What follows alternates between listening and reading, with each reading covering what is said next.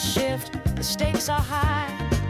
The mag breaks it down, no need to sigh. From EU rules to global news, Reg with Meg, your trusted views. Hello and welcome back to Reg with Meg's weekly regulatory roundup. We have a packed episode for you today, covering two very significant developments from both the European Union and the United States. That's right. We'll be starting in the EU to discuss a huge milestone for EUDAMED that has just been announced. Then we'll hop over to the US, where the FDA has published a final rule with technical amendments related to the new Quality Management System regulation. Both of these updates have major implications for medical device manufacturers, so let's jump right in. First up, Europe and the long-awaited EUDAMED news. This really is the big one. The European Commission has officially confirmed that several key electronic systems within EUDAMED are now fully functional. This was published on November 27th, 2025, and it's a massive step in the rollout of the EU's digital regulatory framework under the MDR and IVDR. It feels like the industry has been waiting for this moment for years. For our listeners who might be less familiar, EUDAMED is the European database on medical devices. It's a massive, centralized IT system designed to increase transparency and provide better oversight for devices on the EU market. Exactly, and this confirmation of functionality is so critical because it officially starts the clock on mandatory use. So what exactly was declared functional? Following an independent audit, the Commission has validated 4 key EUDAMED modules. These are the Actors Registration Module. Right, so that's where manufacturers, importers, and authorized reps get registered. Correct. Then there's the UDI and Device Registration Module. The core of the database, really, the what and where of every device. Yep. And the other 2 are the Notified Bodies and Certificates Module and the Market Surveillance Module. These systems have all been verified, and they're now heading into their mandatory use phase. And that's the phrase that everyone needs to pay attention to, mandatory use. This isn't voluntary anymore. So let's talk about the timeline. What are the key dates? The big one is May 28th, 2026. That is the date when mandatory use of these 4 validated EUDAMED modules officially begins. Okay, so that gives companies a 6-month transition period from the November 2025 announcement to get everything in order. 6 months sounds like a lot, but for something this complex, it's going to go by in a flash. It absolutely will. It's also important to note what's still pending. The Vigilance module isn't part of this announcement. The Commission is anticipating mandatory use for that module in the second quarter of 2027, but that's still subject to its own successful audit. That makes sense. Vigilance data is incredibly sensitive, so the focus for now is clear. Actor registration, device registration, certificates, and market surveillance. For any companies that might have been taking a wait-and-see approach to EUDAMED, the waiting period is definitively over. It is. The Commission has made resources available for onboarding and training, but this is not a simple data entry task. It requires a deep understanding of your obligations, your data, and the system itself. If you haven't already, now is the time to really dig in and prepare for that EUDAMED 2026 deadline. Digging in is right. Let's break that down a bit. What are the biggest hurdles companies are facing? Is it a technical challenge, a data gathering challenge, or a resource problem? That's a great question, and the honest answer is that it's all 3.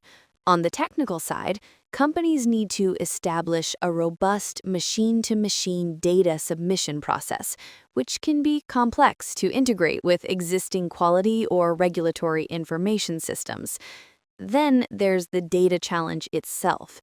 Gathering, cleansing, and validating immense amounts of product data to ensure it's clean and structured correctly for the database is a massive undertaking. And finally, it's a resource problem. This isn't a part-time job. It requires a dedicated team with the right expertise to manage the initial submission and the ongoing maintenance. It's a significant investment across the board. That's a fantastic breakdown. It really highlights the scale of the challenge.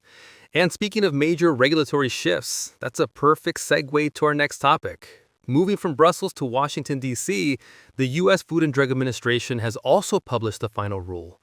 This one is all about ensuring consistency with the Quality Management System Regulation, or QMSR, which was finalized earlier this year. Yes, and I think the most important thing to say right off the bat is that these are technical amendments.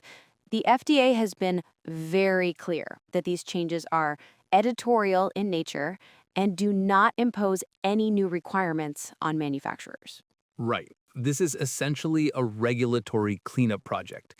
To give some background, the FDA issued the big QMSR final rule on February 2nd, 2024.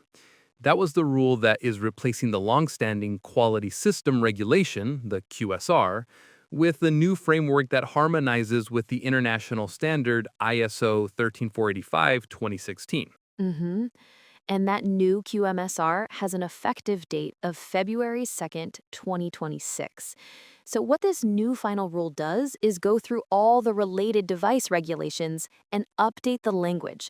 It's changing all the old references from QSR to QMSR to ensure everything is consistent when that 2026 date arrives. It's a necessary step in the modernization process. So while there are no new compliance obligations here, this announcement really serves as a powerful reminder for the industry. Totally. It signals that we're in the final phase of the transition. So what should manufacturers be doing right now in response to this? The number one action item is to audit your quality system if you haven't already. You need to conduct a thorough gap analysis comparing your current system against both ISO 13485 and the specifics of the QMSR. That's the only way to be certain you're ready for February 2026. That's the foundation. And based on that audit, the next practical step is updating all of your internal documentation. Think about it. Your quality manual, SOPs, work instructions, they are all littered with references to the QSR. That's a great point. It's a huge task. The best practice would be to prepare all those document updates now, but with an effective date set for February 2nd, 2026, so everything switches over in alignment with the rule. What else should be on the readiness checklist?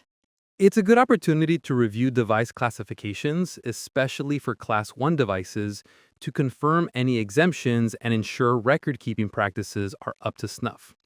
For companies with Class 2 and 3 devices, the focus really needs to be on design and development documentation, making sure it aligns perfectly with the new requirements. And maybe the most critical piece of all is training. You can update all the documents you want, but if your people aren't trained, the system won't work. Couldn't agree more.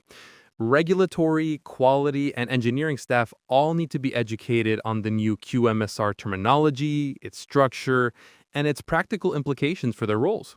This isn't just a paperwork change. It's a mindset shift towards global harmonization. So, to sum it up, on the EU side, the EUDAMED countdown is officially on.